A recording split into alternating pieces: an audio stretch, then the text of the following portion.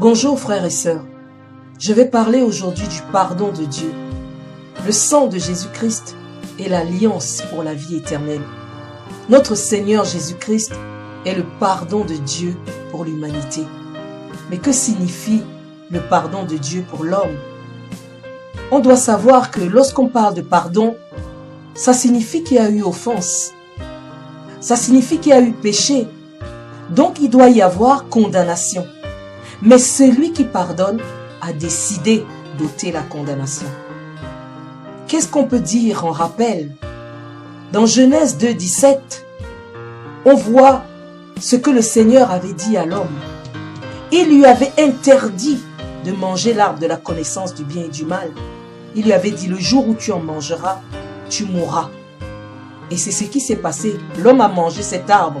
Donc on peut dire que l'homme a offensé Dieu par la violation des prescriptions de Genèse 2, 17. L'homme est donc entré dans la mort et il a été chassé de la présence de Dieu. Mais Dieu a souverainement décidé de pardonner à l'homme.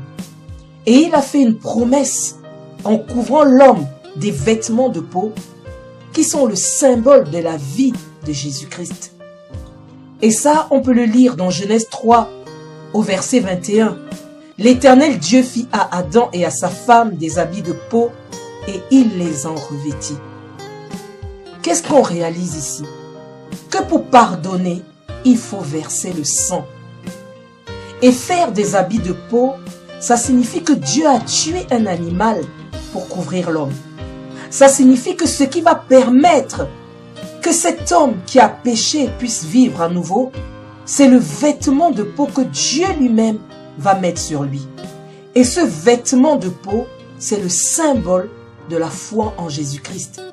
C'est Dieu lui-même qui va donner son Fils Jésus-Christ pour revêtir l'homme.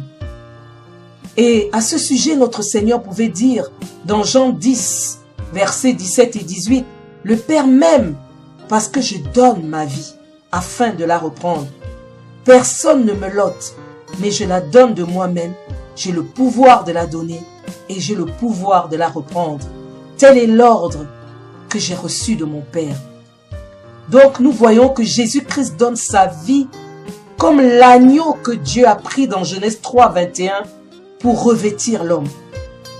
La décision de Dieu de redonner la vie à l'homme se matérialise donc par l'agneau.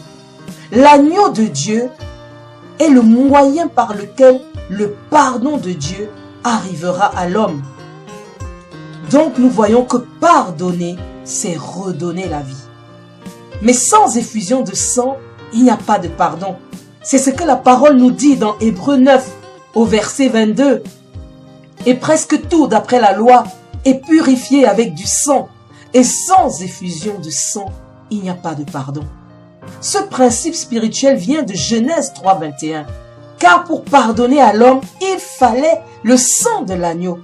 Et lorsque Dieu revêt l'homme et la femme des vêtements de peau, c'est parce qu'il a lui-même fait l'acte du sacrifice qui expie le péché de l'homme. Nous voyons donc que le pardon de Dieu pour l'homme s'organise donc autour de la vie de Christ. C'est lui qui est l'agneau de Dieu qui vient pour ôter le péché de l'homme. Et le pardon de Dieu va aussi permettre de revêtir l'homme. Et nous voyons que c'est Dieu lui-même qui fournit le vêtement et c'est lui aussi qui le met sur l'homme. Donc le sang de l'agneau qu'on a tué pour revêtir l'homme va être en réalité dans l'invisible ce qui va permettre de payer le prix du péché. C'est parce que ce prix du péché est payé que le vêtement de peau va en réalité couvrir le péché. Mais que signifie couvrir le péché? Couvrir le péché, c'est en réalité stopper les effets de la sanction légale du péché qui est la mort. Il avait dit, le jour où tu en mangeras, tu mourras. Donc la sanction légale du péché, c'est la mort. Donc couvrir le péché, ça va permettre de stopper les effets de cette sanction légale afin de permettre que la vie de Jésus-Christ pénètre l'homme dont le péché est couvert. Mais nous devons bien comprendre une chose, c'est que couvrir le péché ne signifie en aucun cas valider le péché. Mais c'est stopper l'instantanéité de la sanction qui pèse sur l'homme pécheur afin de pouvoir le traiter et le sortir du péché. Donc l'effet premier du pardon, c'est donc de couvrir le péché afin de traiter l'homme en enlevant son péché.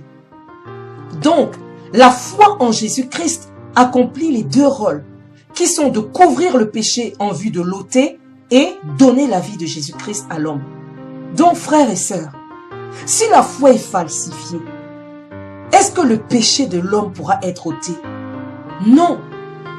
Si on enseigne une foi qui est basée sur la poursuite des royaumes de la terre, chrétiens, enfants de Dieu, serviteurs de Dieu, si la foi qui est enseignée a pour fondement la poursuite des biens terrestres, la poursuite des désirs de ton cœur, est-ce que le péché qui est entré dans ton cœur par la parole de l'arbre de la connaissance du bien et du mal que tu avais mangé sera traité? Non! Ce n'est pas une parole qui pourra traiter ton cœur. Est-ce que tu auras la capacité de voir la personne que tu es? Car il faut savoir que l'homme véritable se trouve dans son cœur. Tu ne pourras jamais voir qui tu es réellement et décider de quitter cette personne-là pour plaire à Dieu. Est-ce que tu pourras voir la méchanceté de ton cœur? Est-ce que tu pourras voir la jalousie dans ton cœur? Les comparaisons? Non! Or, si Dieu vient couvrir le péché, c'est-à-dire stopper l'instantanéité de la sanction, c'est pour que tu sois traité, que ton péché soit ôté et que tu retournes à Dieu. Voilà pourquoi Dieu pardonne à l'homme. Amen.